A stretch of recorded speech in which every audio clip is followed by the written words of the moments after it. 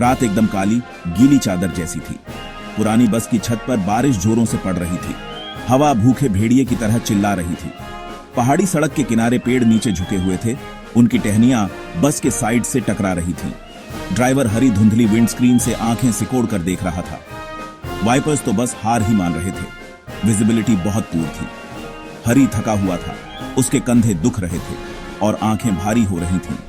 वो सुबह से गाड़ी चला रहा था। ये दिन का उसका लास्ट ट्रिप था।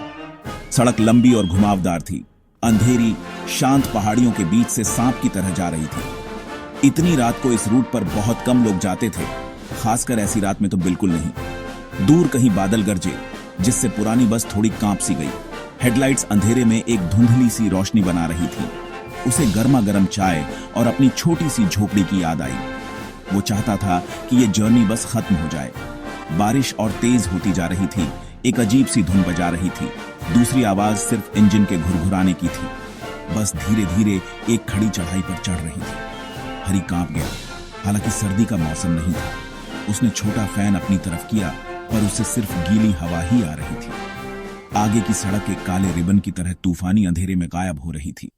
अचानक तीखे मोड़ आ जाते और हरी स्टीयरिंग व्हील को कसकर पकड़ लेता। अचानक हरी को कुछ दिखा। बारिश की चादरों के बीच पुराने भूले बिसरे बस स्टॉप पर एक साया, एक अकेली सिलुएट वहां खड़ी थी, एकदम शांत। जैसे ही बस पास पहुंची, हरी ने देखा कि वो एक लड़की थी। उसने एक सिंपल हल्के रंग की ड्रेस पहनी हुई थी, जो लगातार हो रही बारिश से पूरी भीग चुकी थी। उसके काले बाल उसके पीले पड़े चेहरे से चिपके हुए थे। वो ना हिली, ना उसने हाथ हिलाया। हरी हैरान था। कौन होगा यहां इस तूफान में, इतनी रात को? वो एक पल के लिए झिझका, पर वो उसे वहां छोड़ नहीं सकता था। उसने चरचराती हुई बस को किनारे लगाया। ब्रेक्स ने शांत रात में जोर से हिस की आवाज की। उसने झंग लगी आवाज के साथ दरवाजा खोला और हवा और बारिश अंदर घुस आई। लड़की ने तुरंत ऊपर नहीं देखा। वो जैसे किसी सोच में डूबी हुई थी। हरी ने इंतजार किया। अंदर आ रही हो क्या? उसने आवाज लगाई। लड़की ने धीरे से अपना सिर उठाया। उसकी आंखें बड़ी और काली थीं, जिनमें गहरी उदासी थी। उसने हल्का सा, ना के बराबर सिर हिलाया। फिर बिना कुछ कहे वो बस में चढ़ गई। उसकी हरकतें धीमी थीं, जैसे कोई सपना देख रही हो। उसके पास ना कोई बैग था, ना अम्ब्रेला। बस वो खुद थी उस भयानक तूफान के सामने। उसके कपड़ों से पानी टपक कर फ्लोर पर गिर रहा था। वो न ठंड से कांपी, न हेलो कहा, न टिकट मांगा। हरी उसे देखता रहा। उसके सीने में एक अजीब सी हलचल हो रही थी। लड़की चुपचाप आयल से नीचे चली गई। बस में उसके सिवा कोई नहीं था। उसने सबू से पीछे विंडो के पास वाली सीट चुनी।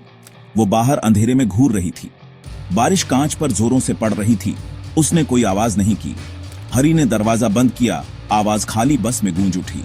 उसने बस को गियर में डाला और वापस अंधेरी सड़क पर चल पड़ा। पिछली सीट से आती खामोशी बहुत भारी थी। उसने रियर व्यू मिरर में देखा। उसे उसका छोटा सा साया दिख रहा था, हल्की रोशनी में एक सिलुएट।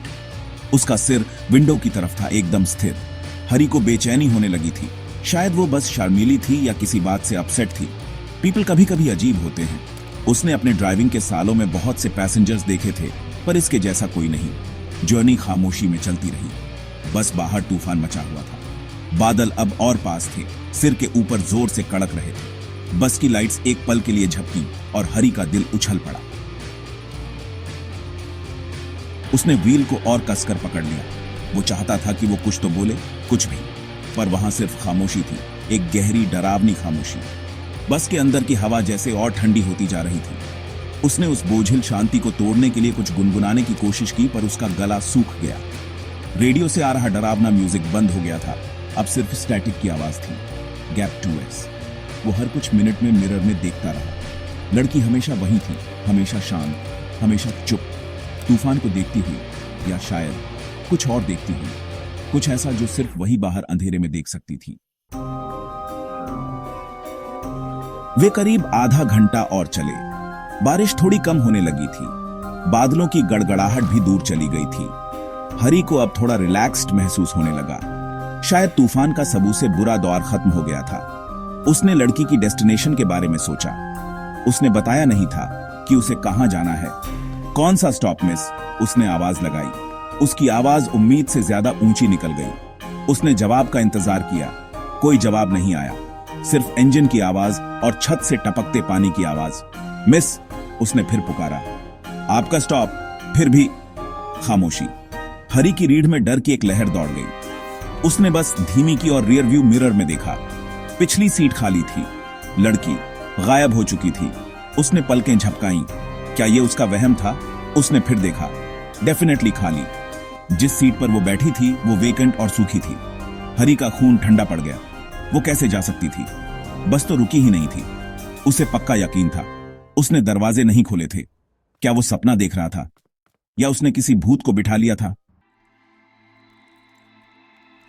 घबराया हुआ हरी आगे बढ़ता रहा। वो अब तेज चला रहा था। अगले गांव जल्दी पहुंचना चाहता था। उसे दूसरे लोगों को देखना था, फिर से नॉर्मल महसूस करना था। उस पीले पड़े चेहरे वाली लड़की की इमेज, उसकी खामोश मौजूदगी, उसका अचानक गायब हो जाना, सब एक भयानक बुरे सपने जैसा लग रहा था। आखिरकार उसे देवगन गांव की लाइट्स दिखीं। उसने एक छोटी धुंधली रोशनी वाली चाय की दुकान के पास गाड़ी रोकी।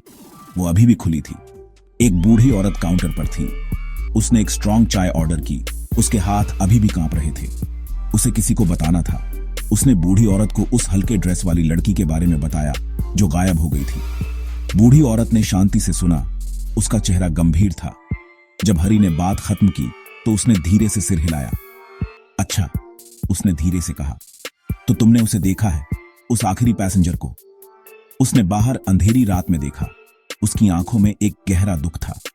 वो 1 साल पहले मर गई थी, बूढ़ी औरत ने बताया। उसका नाम मीना था। वो पहाड़ पर आगे एक छोटे से गांव में रहती थी। एक तूफानी रात, बिल्कुल ऐसी ही, वो आखिरी बस का इंतजार कर रही थी। उस रात बस कभी नहीं आई। लैंडस्लाइड ने रास्ता रोक दिया था। अगली सुबह वो उसी बस स्टॉप के पास मिली। ठंड और एक्सपोजर से उसकी मौत हो गई थी।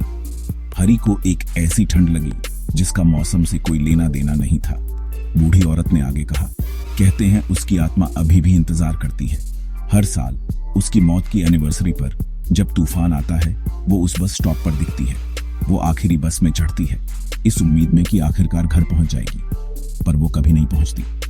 जर्नी खत्म होने से पहले ही वो हमेशा गायब हो जाती है। हरी ने चुपचाप अपनी चाय खत्म की। चाय की गर्माहट भी उसके अंदर के ठंडे डर को कम नहीं कर पाई।